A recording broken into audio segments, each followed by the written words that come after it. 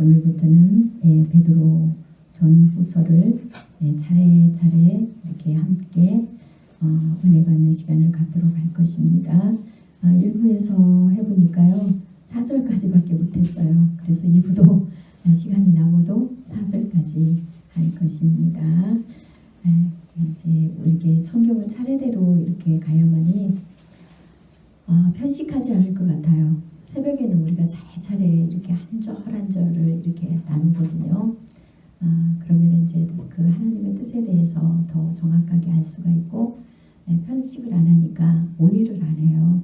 오해를 안 하는데 이렇게 부분하면 오해를 많이 하고 또 편식하게 됩니다. 그러면은 제가 이렇게 여러분들에게 증거할 때 그냥 제가 임의로 하는 소리처럼 들릴 수 있어요.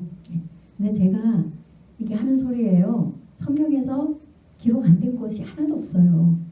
물론 이제 요한 같은 거 이런 거는 안 돼 있죠. 그러나 여러분들의 삶을 터치할 때는요, 성경에 다 있는 거예요. 심지어 제가 그런 말씀드렸죠.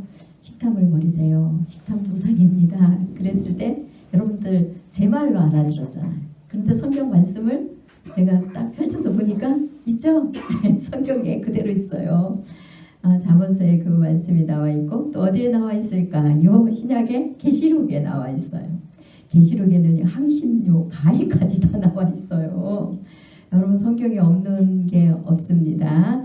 그래서 성경을 편식하지 마세요. 창세기부터 계시록까지 여러분들이 정독을 많이 하는 게 좋습니다. 그래야만이 오해가 없고 또 여러분들이 말씀을 듣는 귀가 열려요.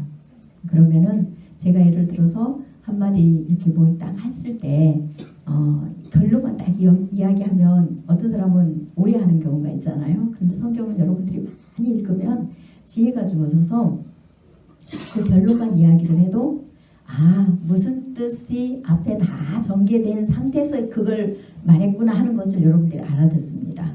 이게 제가 저희 아이들 어렸을 때부터 성경을 많이 읽게 하고 말씀을 계속 이렇게 증거하면서 예배를 드려봤더니요, 저희 아이들이 초등학교, 중학교 때 이미 어떠한 어려운 메시지를 선포가 되고 어느 교회 가도 그 선포된 의미를 다 깨닫더라고요.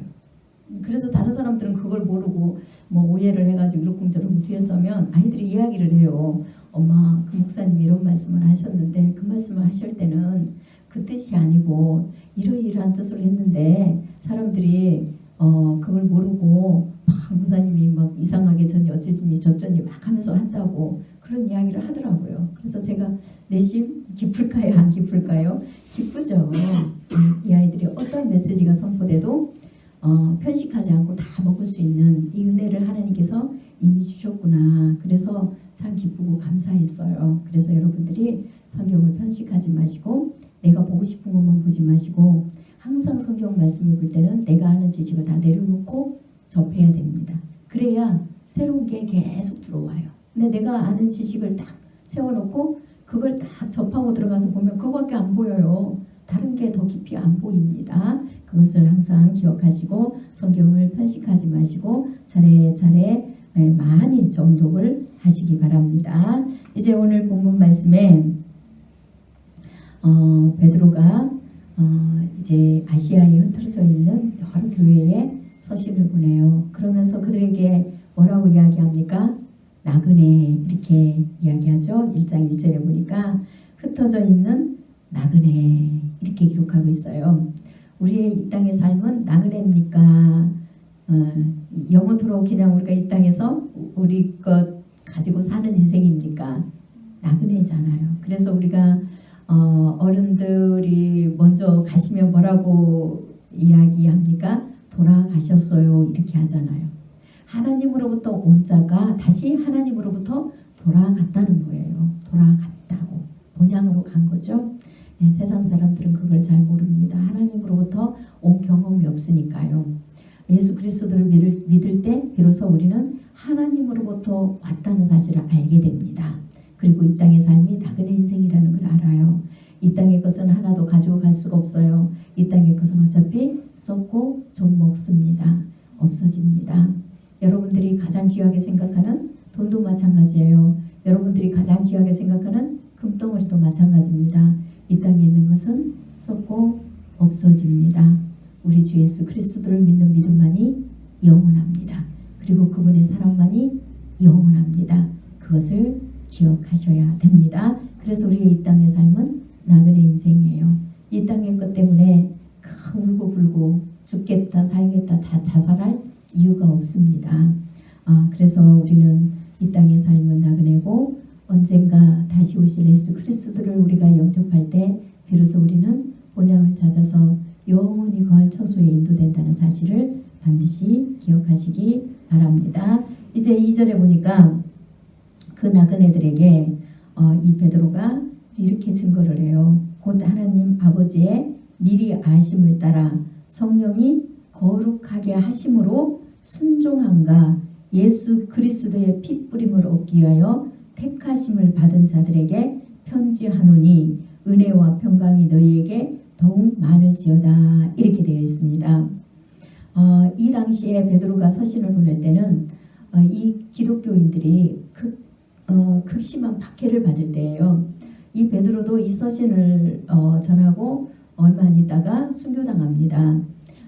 거꾸로 십자가에 못 박혀 죽죠. 네, 그렇게 순교를 당해요.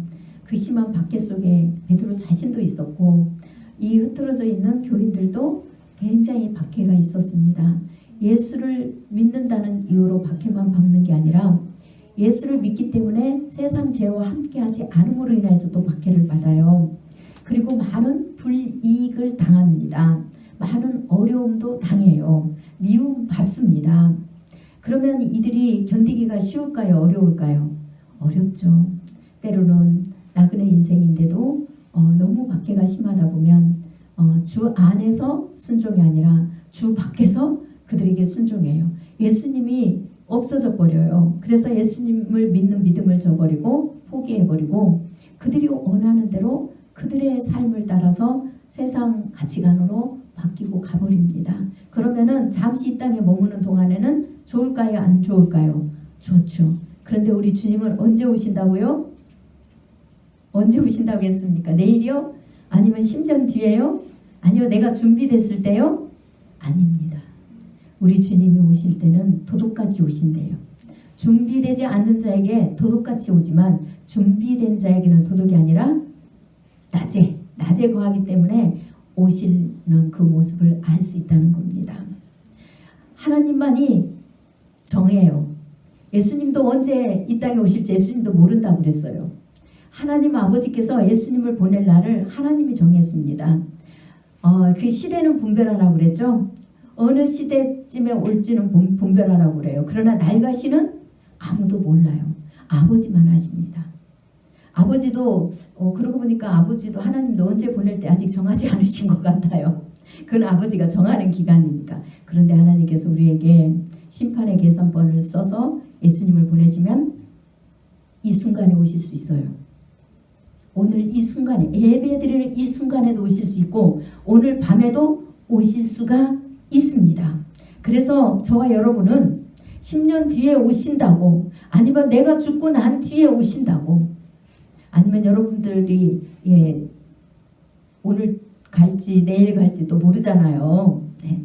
아버지가 내가 다 준비할 때까지 안 오시고 기다려줄 거야. 내 마음대로 살다가 내가 아버지를 자꾸 준비하고 싶을 때 그때 해주시겠지. 아니, 그렇게 생각하시면 안 됩니다. 여러분 준비는 오래 걸리지 않아요. 단순간에 이루어집니다. 어떻게 해요? 여러분들이 여러분 마음대로 살던 인생을 다 하나님 앞에 죄인 걸 알고 그분 앞에 항복하고 회개할 때 한순간에 이루어집니다. 하나님의 궁유는 한순간이고 여러분 한순간에 준비할 수 있으십니다. 이 시간에 말씀을 듣고 준비하실 수가 있습니다. 여러분 마음대로 살고자 하는 그 마음만 내려놓으시면 예수 그리스도의 그 궁유를 잊고 여러분들이 죄 문제가 해결되고 그 죄를 떠나고 하나님의 그 사랑을 깨달아서 그 사랑을 우리도 행할 수 있는 열매를 맺히는 이 삶은 한순간에 이루어집니다. 구원받은 강도는 한순간에 그걸 이뤘다고 그랬잖아요. 그걸 이룬 사람은 어떻게 할까요?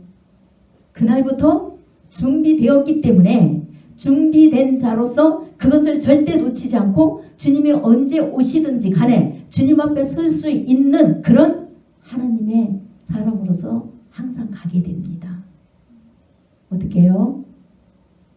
때로는 돌아가고 싶은 마음이 생기잖아요. 때로는 우리 마음에 우리 힘으로 어떻게 우리를 받게 하는 자들을 다 쓸어버리고 싶어요. 네? 저는 말이 차단지라고 그랬잖아요. 저 말로 그냥 다 쓸어버리고 싶을 때가 얼마나 많고요. 말로 쓸어버릴 때도 많았어요. 그런데 주님이 다시 회개하래요. 회개하고 너 그 차단지 같은 입을 좀 다물어라. 내 뜻을 전할 때는 차단지 같이 사용하면 되는데 너를 번호하고 네가 높아지고 세워지고 싶었을 때는 좀 다물어라. 참 안 돼요. 가진 능력이 그거거든요.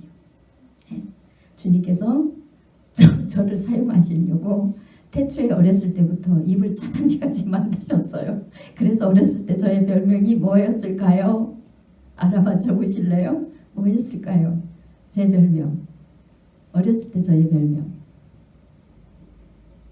아무도 모르세요? 네, 아시고 말 안 하시나? 아나운서였어요. 그리고 또 하나, 안다성이. 아는 게 많아요. 아는 게 많아서 안다성이. 그게 사투리인 것 같아요. 전라도 사투리. 네. 안다성이. 그게 아는 게 많다고 그래요. 아무래도 표준말은 아닌 것 같습니다. 네. 그리고 하나 말을 잘해가지고 아나운서. 그래서 저보고 어렸을 때 너 아나운서 해라. 아나운서 해라. 자꾸 이런 소리를 했어요. 쉴 새 없이 말을 쉬지도 않을 뿐더러 누가 한마디 하면 10마디 합니다. 하는 것도 많았어요. 어린 아이가. 이 타고난 기질을 하나님께서 이제 바꿔서 복음 전하는 데로 사용하고 네가 높아지고 너를 변명하고 너의 원수를 갚기 위해서 그 입 좀 사용하지 마라 이 말씀이에요. 그래서 저는 힘은 약하니까 힘으로는 못하고 말로 그렇게 저를 변호하고 높아지려고 때때로 그렇게 했어요. 네. 그러나 하나님께서 그것도 못하게 하시니까 어떻게 해야 될까요? 주님의 그 능력을 의지해서 꾸역꾸역 회개하면서 기쁨으로 이제 절제하고 인내하면서 하나님의 사랑을 끝까지 행하고 저를 미워하든 뭐 싫어하든 멸시하든 불이익을 주든 상관없이 그 누구에게라도 주님을 믿는 믿음을 부인하지 않고 절대 그 삶을 배반하지 않고 하나님에 대한 확실한 그 사랑으로 그 소망을 가지고 열매를 맺어가는 삶을 살 것입니다. 여러분들도 하나쯤에 바뀌면 그렇게 될 수 있다는 겁니다. 쉬운 일은 안 해요. 우리 힘으로는 절대 불가능합니다. 그러나 여러분들이 이 말씀을 들어놓으면 어떻게 할까요? 여러분들이 할 수 없을 때 그 열매를 맺히지 못하는 제 문제를 해결하기 위하여서 주님 앞에 날마다 통회하고 엎드리게 돼 있어요. 자복하고 통회하는 심령, 상한 심령을 하나님께서는 기뻐하신다고 그랬잖아요. 그런 심령을 받으신다고 그랬어요. 여러분들이 지난주에 사랑의 결말인 그 말씀을 듣고 나니까 여기서 의롭다고 주장하시는 분, 나는 의로워서 하나님 앞에 쓸 수 있다, 완벽해서 하나님 보좌의 앞에 쓸 수 있다 생각하시는 분 한 분도 없으시죠? 나는 잘 가고 있다, 나는 열매를 잘 맺히고 있다고 생각하시는 분 하나도 없으시죠? 나는 예수 그리스도를 믿는 순간부터 나는 죄를 지은 적이 없다 하신 분 하나도 없으시죠? 하나님 말씀 앞에, 그 사랑의 말씀 앞에는요, 아무도 그렇게 자신 있게 말할 수 있는 사람 없습니다. 다만 주님의 사랑을 알게 되면 주님의 그 영이 우리 안에 머물러 계시기 때문에 우리 안에서 그 사랑을 열매를 맺혀 가도록 절제의 열매, 인내의 열매, 충성의 열매, 온유의 열매, 많은 열매를, 그 성령의 열매를 맺히게 하시잖아요. 그래서 우리가 한 걸음 한 걸음 그 열매를 맺혀가는 겁니다. 이것은 이렇게 준비하고 가는 자들에게 주님의 보혈의 공로가 사라지지 않는다고 그랬잖아요. 빛이 있기 때문에 우리는 끝까지 그분의 은혜라는 말씀을 드릴 수가 있어요.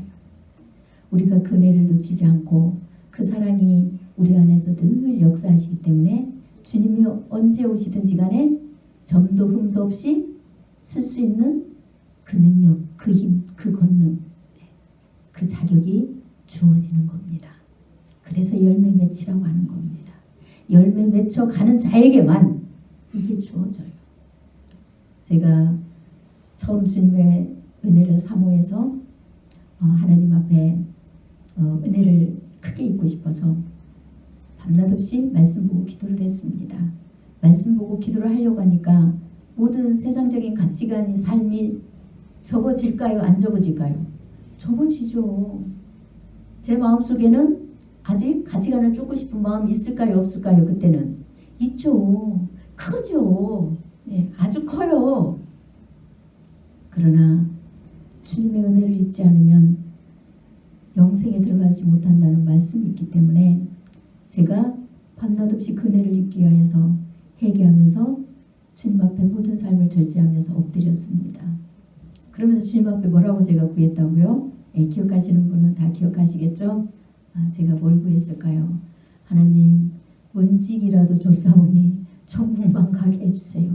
개털 모자라도 쓰면 줬사오니 천국만 가게 해주세요. 그렇게 기도했어요. 계속 기도하는데 하나님께서 저에게 뭐라고 말씀하셨다고요? 야, 개털 모자 쓰고 너 저기 한 여름에 저기 명동 시내 한 복판에 사거리 복판에 서가지고 아니면 개털 옷 입든지 개털 모자 쓰고 벌거벗고 거기 서 있어 봐라. 수많은 사람이 지나가는데 서 있어 봐라. 너 부끄럽겠니? 안 부끄럽겠니? 그런 삶을 영원토록 산다고 생각해 봐라. 지금 가만히 묵상하니까 맞아요. 그 다음에 또 뭐가 생각이 제 안에 들어오겠어요. 너 문지기로만 있으면 좋다고 하는데 물론 인생에 이 지옥보다 문지기라도 있는 게 낫긴 낫다면서도 나는 너희들 문지기로 오는 걸 원치 않아. 나는 네가 신부로 오기를 원한다. 나의 신부로 오기를 기도해라. 나의 신부로 오기를 준비해라. 너 신부로 오지 않고 천국에 문지기라도 줬사오니 천국만 가게 해달라고 그렇게 기도하는데 너 이 땅의 사람들 삶 봐라.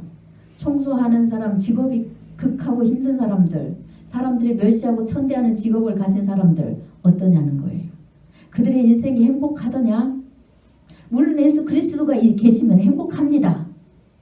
그러나 그 주님이 안 계신 그 사람들은요, 그게 불행하고 힘들어요. 그래서 자식들에게 절대 그 모습을 물려주려고 안 하잖아요. 특히 우리나라는 더 심하잖아요. 빈부의 귀천이 있기 때문에 우리나라는. 물론 세상에 다 그런 게 있지만 유난히 우리나라는 심해요. 그게. 그래서 속담도 그런 속담 있죠. 개구리 올챙이 시절 모른다고. 네. 개구리 올챙이 시절 모른다고. 그런 속담이 있어요. 인간이 그래요. 저는 안 그러겠어요. 저도 그러죠. 네. 그러나 주님의 그 은혜 안에 그것을 절제하면서 가는 거예요. 그걸 없애고 가는 거죠.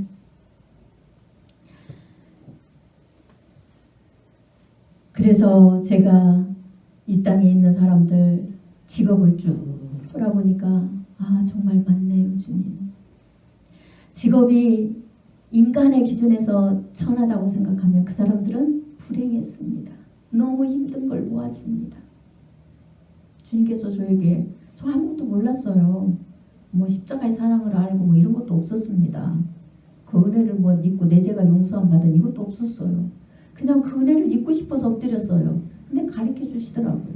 바로 가라. 천국에도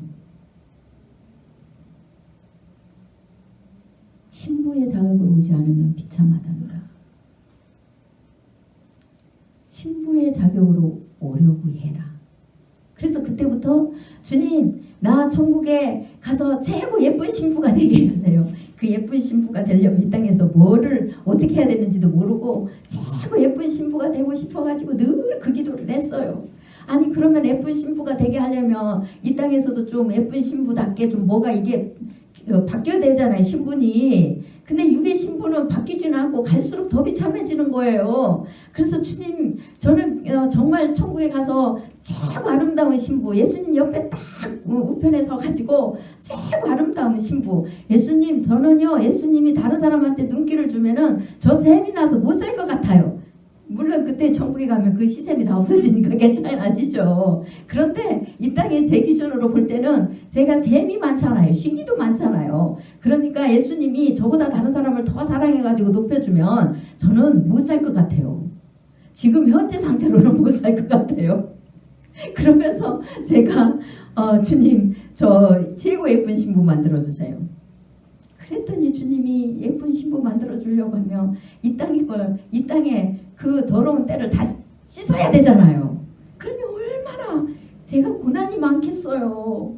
자원에서 제가 다 해결하면서 씻고 가면은 고난이 적을 텐데 이거 너무 이 때가 많아가지고 씻을수록 벗길 수가 없는 거예요. 주님이 그래서 그냥 그 더러운 옷을 꺼적게 막대기로 가지고 다 막 이렇게 벗기시고 저를 그냥 때를 막 밀어주시고 내가 하려고 하면 너무 힘드니까 그래서 주님이 묵은 때를 다 밀어주시고 난 뒤에 그 다음부터는 이제 너 혼자 할 수 있지? 자 네가 밀어봐 그러시면서 이제 그때부터는 저에게 가르쳐 주시면 제가 또 얘기하고 이게 자원해서 그냥 가지더라고요.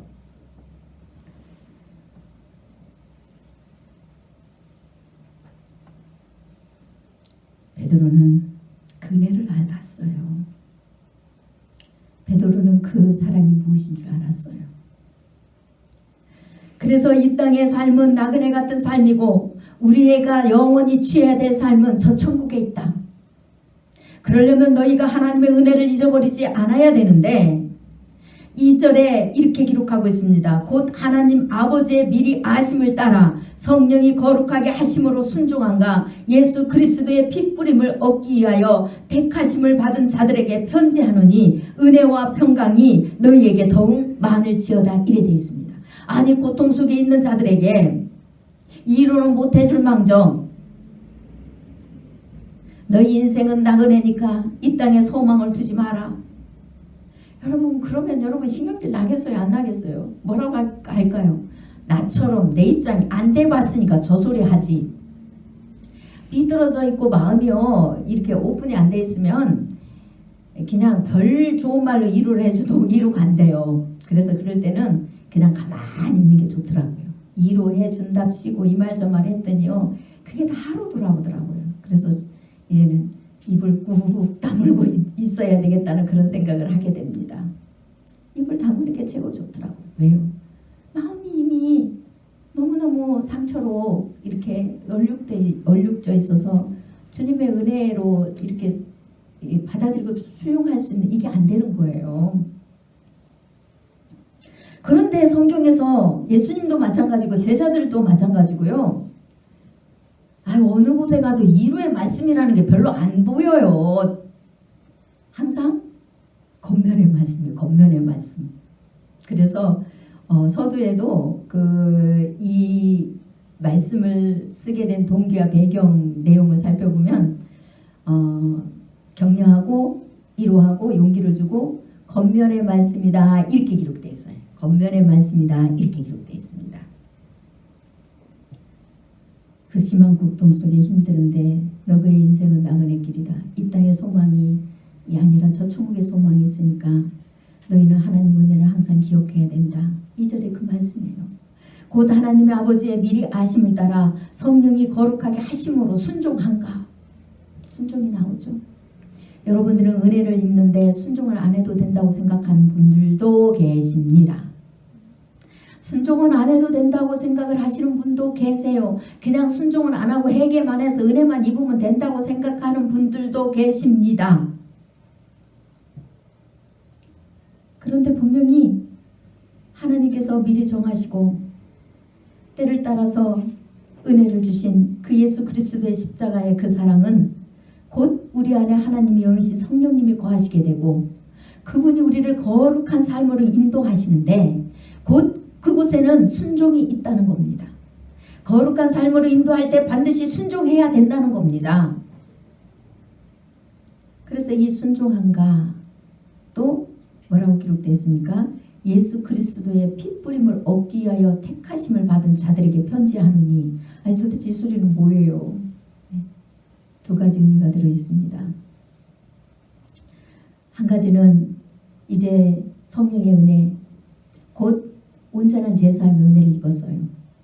부분 제사함이 아니라 우리 인간 자체가 얼마나 하나님 앞에 악한 죄인인지, 머리에서 발끝까지 세포 하나하나 어느 것 하나 성한 게 없어요. 전신이 다 썩고 완전히 문드러졌어요.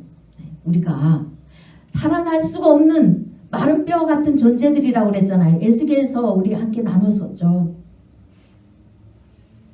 그냥 만지면 부셔져 버릴 것 같은, 마른 지가 오래됐어요.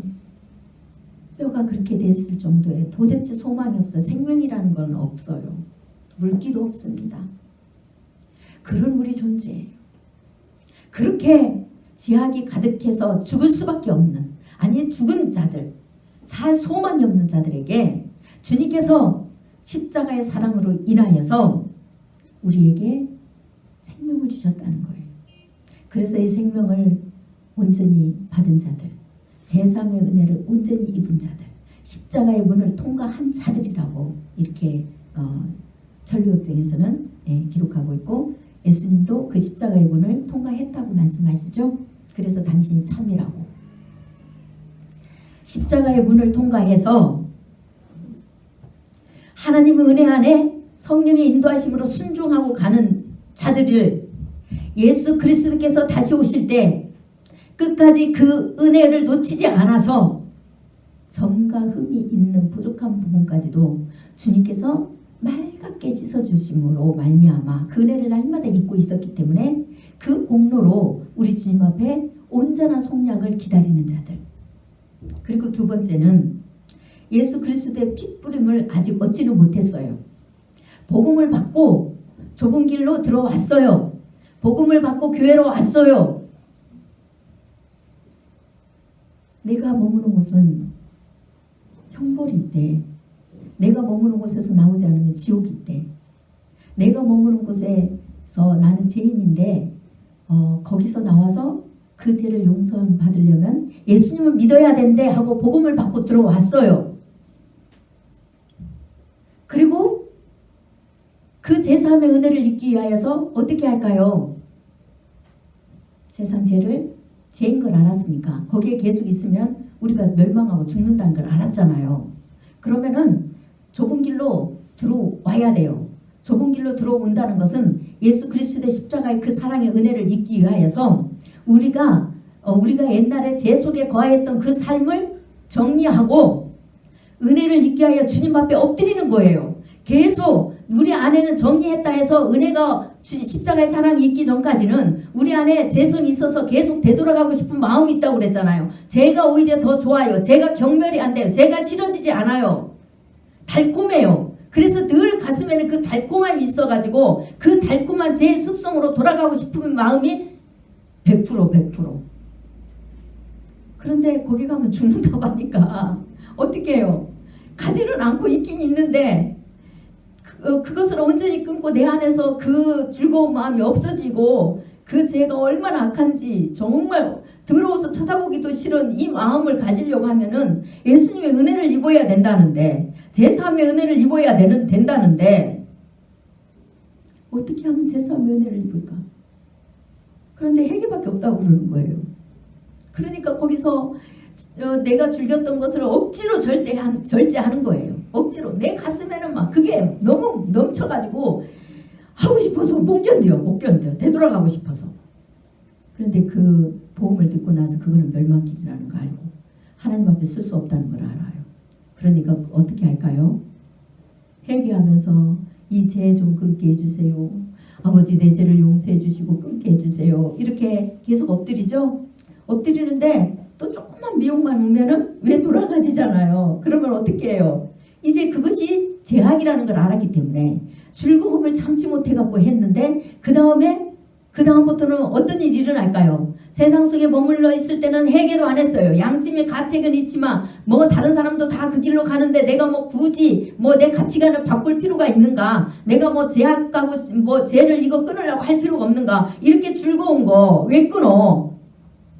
큰 어려움도 없는데 이제 큰 얼음이 있고 병이나 있으면 이제 또 끊죠. 근데 그 병 치료되고 어려움 해결되고 보세요. 다시 돌아갑니다. 왜? 본성이 변화가 안 되기 때문에. 그거 보고 심령이 거듭난 해결이 아직 안 되기 때문에. 그래서 내 제약으로 인해서 나는 죄짓고 즐겁게 돌아다니지만 우리 믿는 자들은 옆에서 볼 때 아플까요? 안 아플까요? 아프죠. 너무 아프죠. 너무 아파요. 가족이 아플까요? 안 아플까요? 아프죠. 부모가 아플까요? 안 아플까요? 아프죠. 세상에 믿지 않는 부모는 자식들을 죄짓으라고 부추기더라고요. 남자가 열 여자 안 거느리면 그건 바보다. 남자가 술 한 잔 못 먹으면 바보다. 남자가 열 여자 안 거느리면 바보다. 남자는 욕망도 있어야 되고 세상 욕망을 쫓아서 안 가면 바보다. 이렇게 안 믿는 부모는 그렇게 가르쳐요. 정말이에요. 저는 많이 들었습니다. 전혀 자식이 제약의 길에 있어도 고통 없습니다.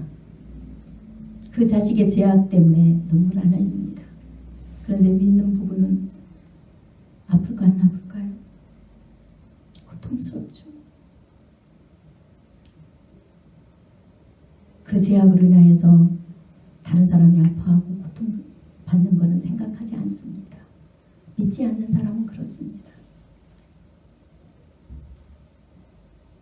그러나 믿는 사람들은 나의 즐거움과 나의 제약으로 인하여서 다른 믿는 자들이 얼마나 아파하며 아니 또 다른 사람들이 내 주위 사람이 얼마나 고통을 당하며 얼마나 참아야 되며 얼마나 견뎌야 되는지를 알게 됩니다. 그래서 그 죄 문제를 끊기 위하여서 예수님의 복음을 받기 전에는 몰랐던 그 사실을 깨달아서 죄를 돌아봤을 때 통곡하는 거예요. 주님 앞에 가슴을 치면서 웁니다. 아버지 이 죄를 용서해달라고 이 죄를 끊게 해달라고 그러면서 더 엎드려요. 더 엎드려옵니다. 그렇게 그 죄 문제를 가지고 한 걸음 한 걸음 가다 보면요. 내 그 죄를 용서 받았다는 은혜는 없지만 뭐는 있습니까? 평안함은 있어요. 그렇죠? 평안함은 있어요. 우리 안에. 평안함이 이제 들어와요. 근데 이제 그때가 문제인 거예요. 평안하니까 이제 다 된 줄 안 거예요. 내가 얘기했더니 하나님 평강을 줘가고 아니 근데 내 죄를 용서해 주신 예수님이 그 사랑을 모르는데 어떻게 할까요? 아직 그 십자가 문을 통과 안 했어요. 십자가 문을 통과 안 해도요. 많은 걸 보여줘요. 천루역정을 한번 일부를 보세요. 십자가 문을 통과하기 전에 얼마나 많은 비밀을 가르쳐주고 천국 비밀도 가르쳐주고요. 많은 것들을 주님께서 따라오라고 가르쳐주시죠. 그렇게만 해도 얼마나 좋은지 몰라요. 많은 사람이 거기서 교만해서 머물러 있다는 사실을 아셔야 됩니다. 저는 그 과정을 다 거쳐온 사람이에요. 그래서 천루역정을 해석할 수 있는 능력이 거기서 주어진 거예요. 제가 그 길을 다 걸어왔기 때문에. 그 천국의 비밀만 알아도 얼마나 좋은지 몰라요. 내 안에 평강만 있어도 내 죄 때문에 내가 주님 앞에 회개하고 엎드렸을 때 그냥 평안이 그냥 있어요. 그리고 주님이 함께 하시는 그런 어떤 표도 있어요. 그것만 해도 얼마나 기쁘고 좋고 평안한지 몰라요. 그러나 주님이 오셔도 주님 앞에 쓸 때도 역시 예수 그리스도의 보혈의 피에 공로로 우리가 쓰는 이 공로가 있어야 되지만 이 땅에서도 우리가 죄 문제를 해결받고 죄를 떠나고 주님이 가신 그 사랑의 십자가의 길을 그래서 그 십자가의 사랑의 열매를 우리가 맺어가기 위해서는 곧 예수 그리스도의 신부의 자격으로 쓰기 위하여서는 우리가 이 땅에서 반드시 우리 죄를 용서해 주신 온전한 십자가의 그 사랑을 경험해야 돼요. 그래서 이로부터 내려오는 주님의 그 약속이 확실하게 우리 안에 머물려서 십자가의 사랑으로 인하여서 주어지는 성령님, 보혜사 성령님, 우리 죄를 용서해 주셔서 우리 안에 거하시는 그 성령님이 확실히 우리 안에 내주했다는 이 표가 주님으로부터 확실하게 내려오고 확실한 약속이 이루어지는 이 임재, 이 약속이 반드시 받아야 됩니다. 있어야 됩니다. 그리고 다시 또 계속 그 은혜로 깨끗함을 입은 그 심령을 계속 유지하고 가기 위해서 계속 좁은 길로 가요. 계속 주님의 보혈의 공로를 이제 의지하고 가는데 그때부터는 쉽습니까? 안 쉽습니까? 그때부터는 쉬워요. 왜냐? 그 은혜를 입기 위하여서 좁은 문까지 걸어오기에 얼마나 많은 헌신과 희생이 있고 절제가 있었습니까? 그때는 막 내 힘으로 했잖아요. 그것 또한 주님의 은혜인데 내 힘으로 한 것 같아요. 그때는. 그쵸? 이제 십자가의 문을 통과하고 난 뒤에서 그때도 주님의 은혜였구나. 주님께서 나에게 억지로라도 갈 수 있는 믿음을 주셨네. 은혜를 주셨네. 그렇게 이제 고백을 하게 되는 거예요. 그런데 그러기 전에는 내가 하는 것 같다. 너무 힘들어. 왜요? 자원하는 심령이 아니니까 힘들 수밖에 없죠. 좋아서 기뻐서만 가는 길이 아닙니다. 십자가의 은혜를 경험하되요. 다른 거는 다 끊을 수 있는데요. 주님의 사랑의 그 열매, 인내와 견딤과 참음과 절제 앞에서는요 잘 안 돼요. 저는 입이 잘 안 바꿔진다고 그랬잖아요. 이런 것 같으면 다른 걸로 할 수 있겠죠.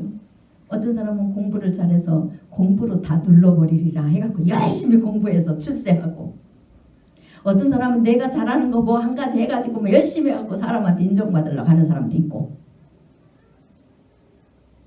어쨌든 자기가 잘하는 걸로 이 세상에서 사람 앞에 인정받아서 그들의 코를 납작하게 하려고 하는 게 있어요. 그게 있습니다. 우리 마음에도 그게 있죠. 주님을 믿는다고 말하는 마음에도 있습니다. 내가 하나님 앞에 낮아지고 가면 언젠가는 저 인간으로 하나님께서 내 앞에 잘못했다고 바짝 무릎 꿇게 하게 하시리라. 이건 잘못 비뚤어진 사랑입니다. 잘못하시는 거예요. 그런 마음조차 없어져야 돼요. 그런 마음조차 없어져야 됩니다.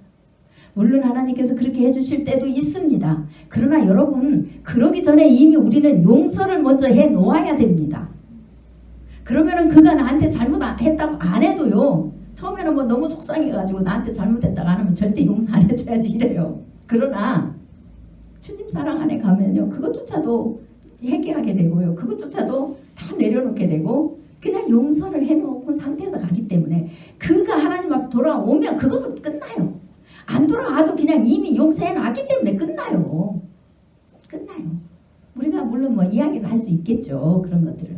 그러나 그 속에는 한가 원망가 이게 없이 그냥 이야기를 한 겁니다. 그것도 뭐 맨날 하면 좀 그렇죠.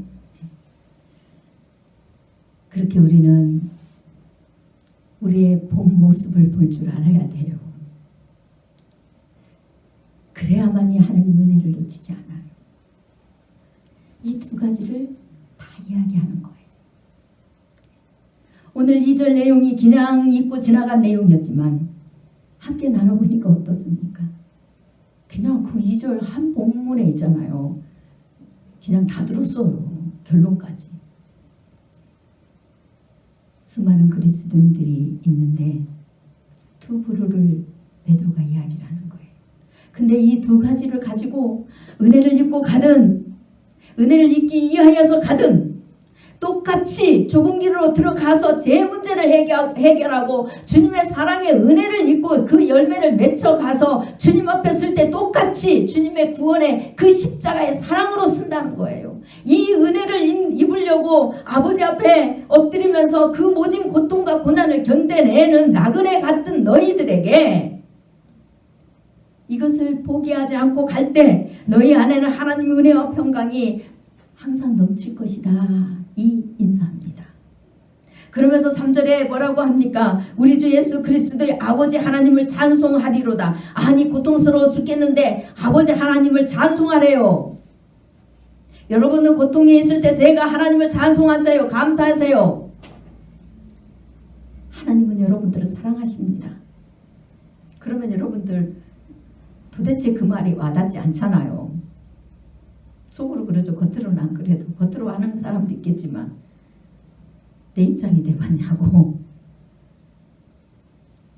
많은 사람들은 저를 제가 꽃길만 걷고 있는 줄 알아요. 많은 사람들이 그렇게 압니다. 사람들에게 구차하게 제 뭐 힘든 여진 저는 이야기하고 싶지가 않아요. 뭐 굳이 한두 사람을 할 수는 있겠죠. 그러나 그것조차도 하나님께서는 원치 않으시더라고요. 주님이 계시기 때문에, 주님이 나를 회복시키는 은혜, 매일 회복해 주고 가시는 은혜, 그것은 이야기하길 좋아합니다. 그건 또한 하나님의 영광을 드러내는 일이니까 얼마든지 해도 괜찮죠. 베드로가 꽃길을 걸어서 이 소리를 합니까? 베드로는 얼마 있지 않으면 십자가에 거꾸로 못 박혀서 순교할 사람이에요. 극심한 박해 속에 순교해요. 베드로가 십자가에 못 박혀 거꾸로 못 박혀서 죽고 싶은 영웅심에 죽는 게 아니에요. 이미 예수님께서 부활하시고 난 뒤에 베드로에게 말씀하셨잖아요. 어떤 죽음으로 죽을 것인지. 베드로도 감옥에 2번이나 잡혀 들어가가지고요. 고난을 고초를 겪고요. 많은 어려움이 있는 사람입니다.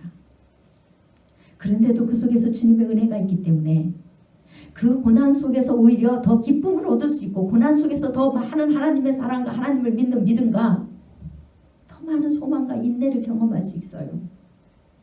아름다운 성령의 열매를 맺을 수 있기 때문에, 오히려 축복의 통로가 되기 때문에 베드로는 기뻐할 수 있었습니다. 고통 속에요. 슬픔 속에서도 영혼은 기뻐할 수 있었다는 거예요. 육은 힘들고 어렵고 고통스러웠지만 그 베드로 속에 있는 하나님의 영이 그 영혼을 붙들고 있기 때문에 기뻐할 수 있다는 겁니다.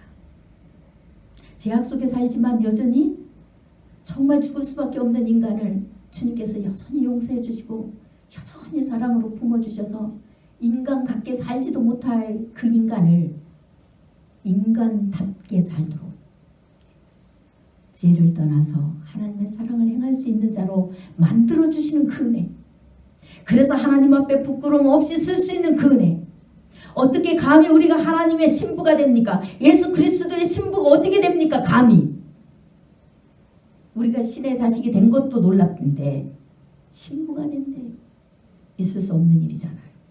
그 은혜를 생각할 때 베드로는 오히려 고난이 유익이라는 걸 알았던 거예요.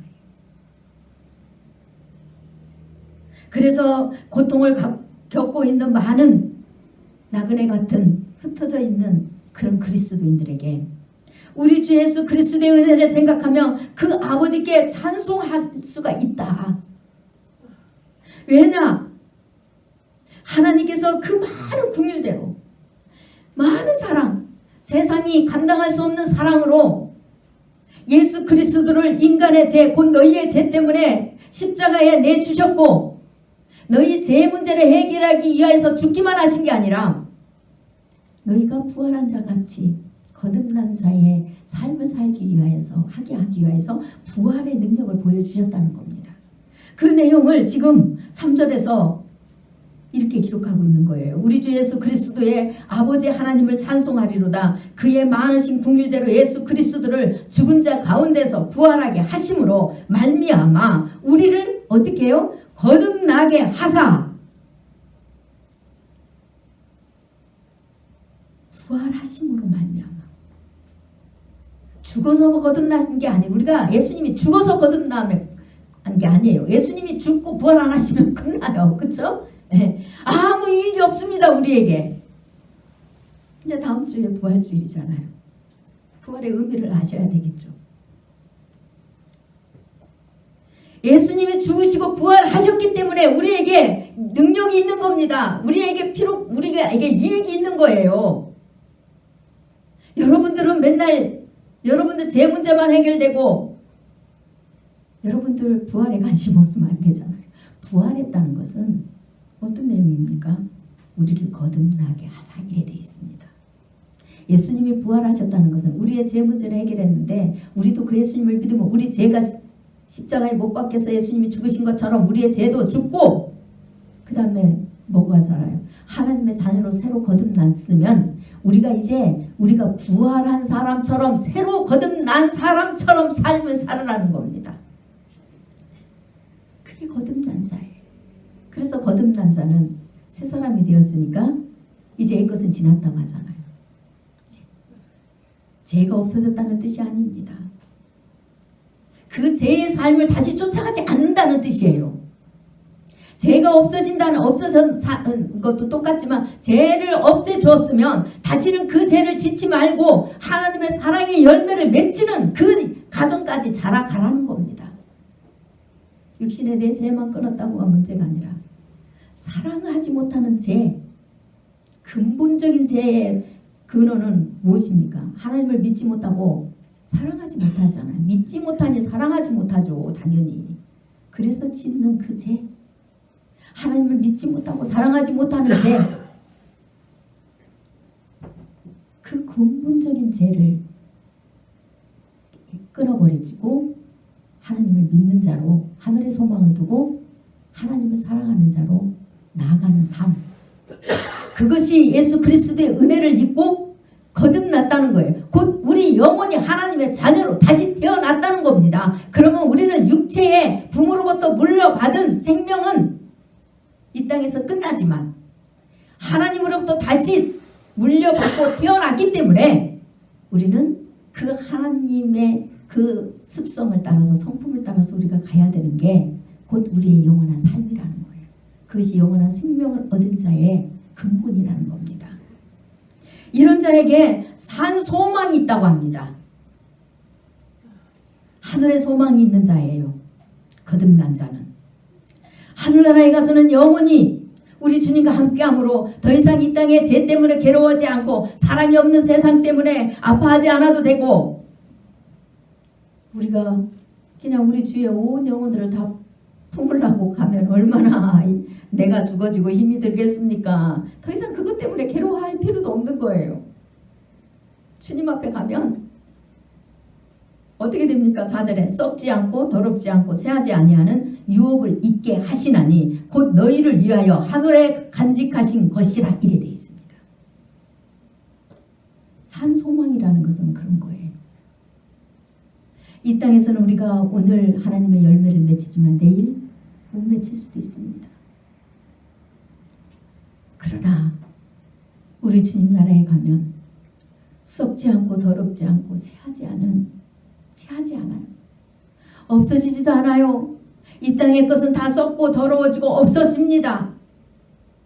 그러나 예수 그리스도가 다시 오시면 우리가 그분의 은혜를 입고 그분과 함께 영원한 생명에 들어가는 곳에는 썩지 않아요. 하나님이 다스리는 나라는 썩지 않아요. 더럽지 않아요. 새하지도 않아요. 죽지 않아요. 병들지 않아요. 썩어지지 않아요. 영원히 살아요. 영원히 늙지도 않습니다. 그곳에서는. 그렇게 사는 은혜를 우리에게 주시려고 아직은 나타나지 않으시고 아직은 하늘에 간직하신 것이라 이렇게 기록되어 있습니다. 산 소망이라는 건 이런 것입니다. 여러분 안에 정말 살아있는 소망이 있나요? 그런데 왜 가치관이 안 바뀝니까? 왜 주님을 죽기를 각오하고 육체의 생명이 살기 위하여서 죽기를 각오하고 하루도 쉬지 않고 세상 권력에 순종하며 나아가는데, 한 그릇 식물을 얻기 위하여서 그렇게 하는데, 여러분과 여러분 가족들 영혼을 위해서는 어찌 그렇게 안 하실까요? 정말 소망이 있으신가요? 살아있는 소망이 있나요? 하늘의 소망이 정말 있나요? 한 주 동안 한번 돌아보십시오. 그리고 다음 주에 5절 말씀부터 다시 나누도록 하겠습니다. 기도하겠습니다.